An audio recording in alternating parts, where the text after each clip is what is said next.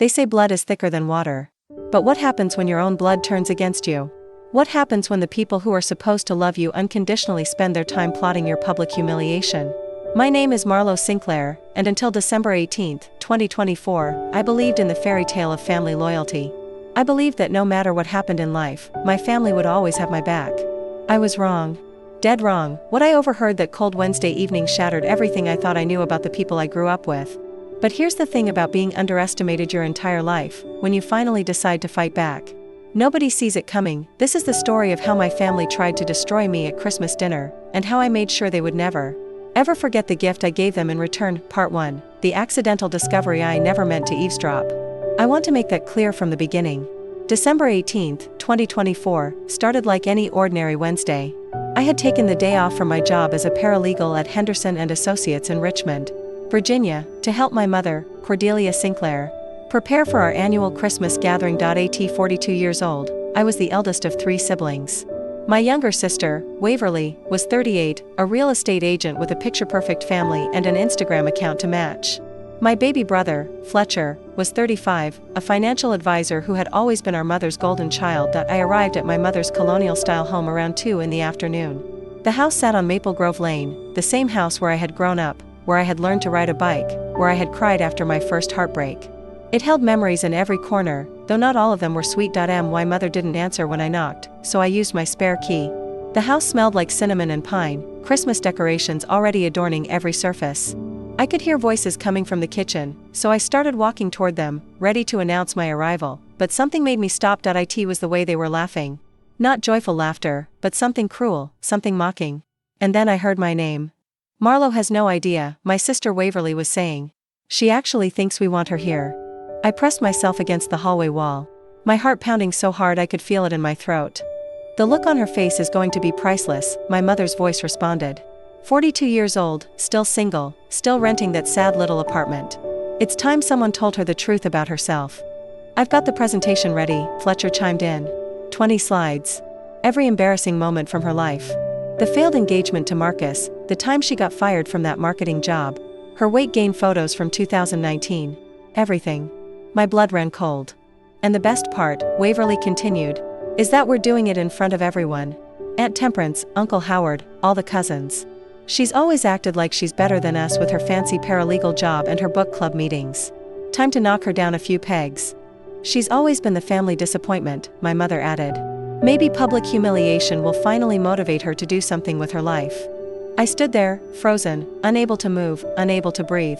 These were the people I had spent 42 years loving.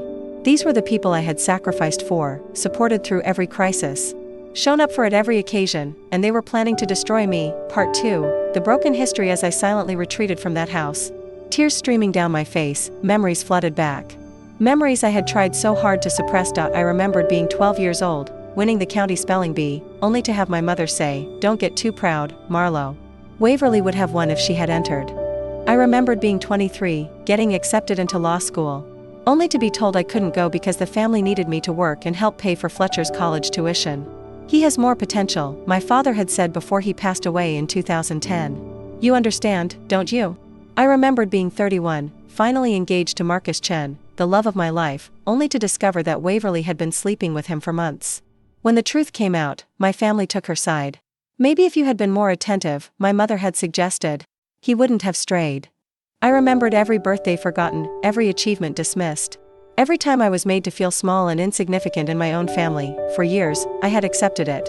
I had told myself that family was family, that I needed to be the bigger person, that someday they would appreciate me. But sitting in my car outside my mother's house on December 18, 2024, something inside me finally snapped. I was done being the family doormat. I was done being the one who always forgave, always forgot, always showed up with a smile despite the pain. If they wanted to give me a Christmas I would never forget, then I would return the favor. Part 3. The plan takes shape. I spent the next 5 days planning.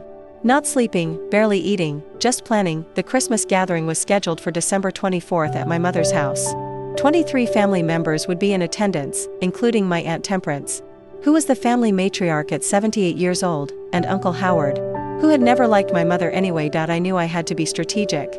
I couldn't just expose them, I had to do it in a way that would be undeniable, irrefutable, and absolutely devastating. On December 19th, I visited my mother again, this time making sure they heard me coming.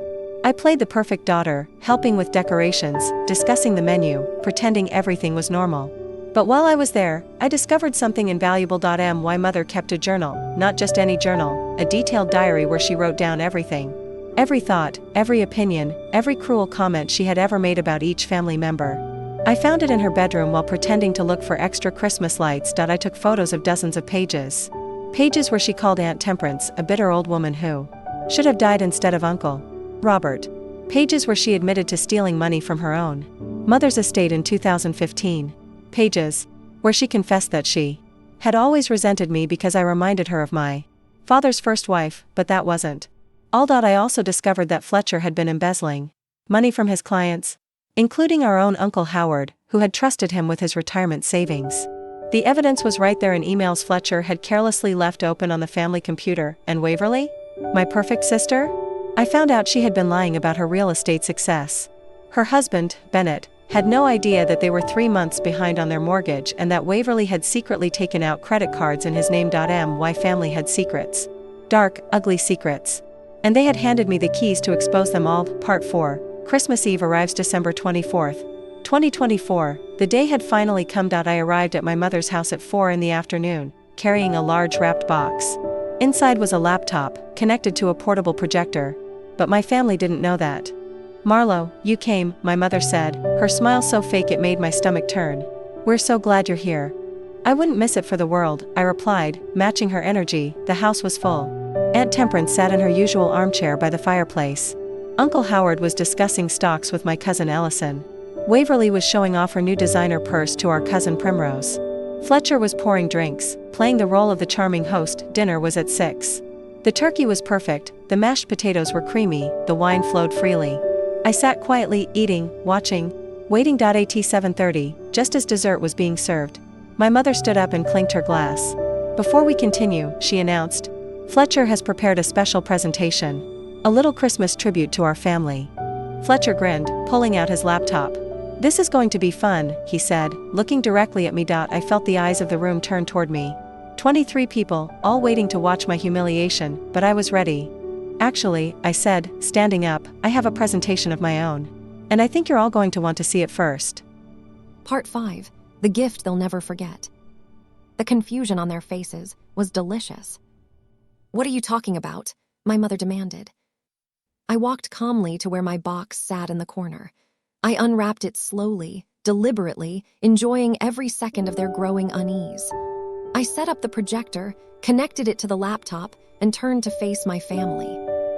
"On December 18th, I began, my voice steady, "I came to this house to help with Christmas preparations, and I heard something interesting." Waverly's face went pale. Fletcher's smile disappeared. My mother's eyes widened with fear. "I heard my mother, my sister, and my brother planning to publicly humiliate me tonight. They had a slideshow ready, 20 slides of my most embarrassing moments, designed to destroy me in front of everyone I love." Gasps echoed around the room. Aunt Temperance leaned forward in her chair. "But here's the thing," I continued. "While I was processing that betrayal, I discovered that I'm not the only one with secrets. In fact, my secrets are nothing compared to theirs." I clicked the first slide. It was a photo of my mother's journal entry, where she called Aunt Temperance a bitter old woman who should have died instead of Uncle Robert. The room went silent. Aunt Temperance's face turned to stone. "Mother," she said, her voice cold as ice, "what is this?" "I can explain," my mother stammered, but I was already clicking to the next slide. Bank records, showing the exact amounts my mother had stolen from her own mother's estate in 2015. $37,000, I announced. Taken from grandmother Sinclair's accounts 3 months before she passed, money that was supposed to be divided among all of us. Uncle Howard stood up. "Cordelia, is this true?" My mother was crying now, but I felt nothing. I clicked again. Emails. Fletcher's emails, showing the systematic embezzlement of funds from his clients. "Uncle Howard," I said, turning to him, "you might want to check your retirement accounts. According to these documents, Fletcher has been skimming from your investments since 2021. Approximately $94,000 is missing. Fletcher lunged toward me, but Uncle Howard grabbed his arm. "You little thief," Howard growled. "I trusted you." I clicked one final time. Credit card statements in Bennett's name. Statements that Waverly's husband had never seen. "Bennett," I said gently, "I'm sorry you have to find out this way, but your wife has been lying to you. You're not financially secure. You're 3 months behind on your mortgage, and there are credit cards in your name that you never opened." Bennett looked at Waverly, his expression shifting from confusion to horror to rage. "You told me we were fine," he whispered. "You told me everything was fine." Waverly burst into tears. "I was going to fix it. I was going to tell you." The room erupted into chaos. Aunt Temperance was screaming at my mother. Uncle Howard was on the phone with his lawyer. Bennett had walked out the front door with Waverly chasing after him. And I stood in the middle of it all, calm, collected, finally free. Part 6, the aftermath. I picked up my coat and my purse. I walked toward the front door, stepping over the wreckage of my family's lies. My mother grabbed my arm. "How could you do this?" she hissed. "You've destroyed everything." I looked at her, really looked at her, for the first time in my life. "No, Mother," I said quietly. "You destroyed everything. All I did was turn on the lights." I walked out into the cold December night. Snow was beginning to fall, soft and gentle, covering the world in white. I got in my car and drove away from Maple Grove Lane. I drove past the streets where I had grown up, past the memories and the pain, past the 42 years of being made to feel small. My phone buzzed, a text from Aunt Temperance. "I'm writing Cordelia out of my will tomorrow. Thank you for your courage. You're welcome at my home anytime. Merry Christmas, Marlo." I smiled, the first genuine smile I had felt in days. As I drove toward my small apartment, I realized something important. Family isn't just about blood. Family is about respect, about loyalty, about being there for each other through the hard times. The people in that house had never been my family. They had been my jailers, keeping me trapped in a cycle of abuse and manipulation. But tonight, on Christmas Eve 2024, I had finally set myself free. Conclusion. People often ask me if I regret what I did. They ask if I feel guilty for exposing my family's secrets, for destroying their carefully constructed lies. The answer is no. Some people don't deserve your forgiveness. Some people don't deserve your loyalty. Some people need to face the consequences of their actions, no matter how uncomfortable that might be. If you're reading this and you recognize yourself in my story, if you're the family's scapegoat, if you're the one who's always blamed and never appreciated, I want you to know something. You deserve better. You deserve to be loved, respected, and valued. And sometimes, the best gift you can give yourself is the gift of walking away. That Christmas, my family tried to break me. Instead, I broke free. And I've never looked back. If you enjoyed this story, don't forget to like and subscribe. And remember, never underestimate the quiet one. They're usually paying attention.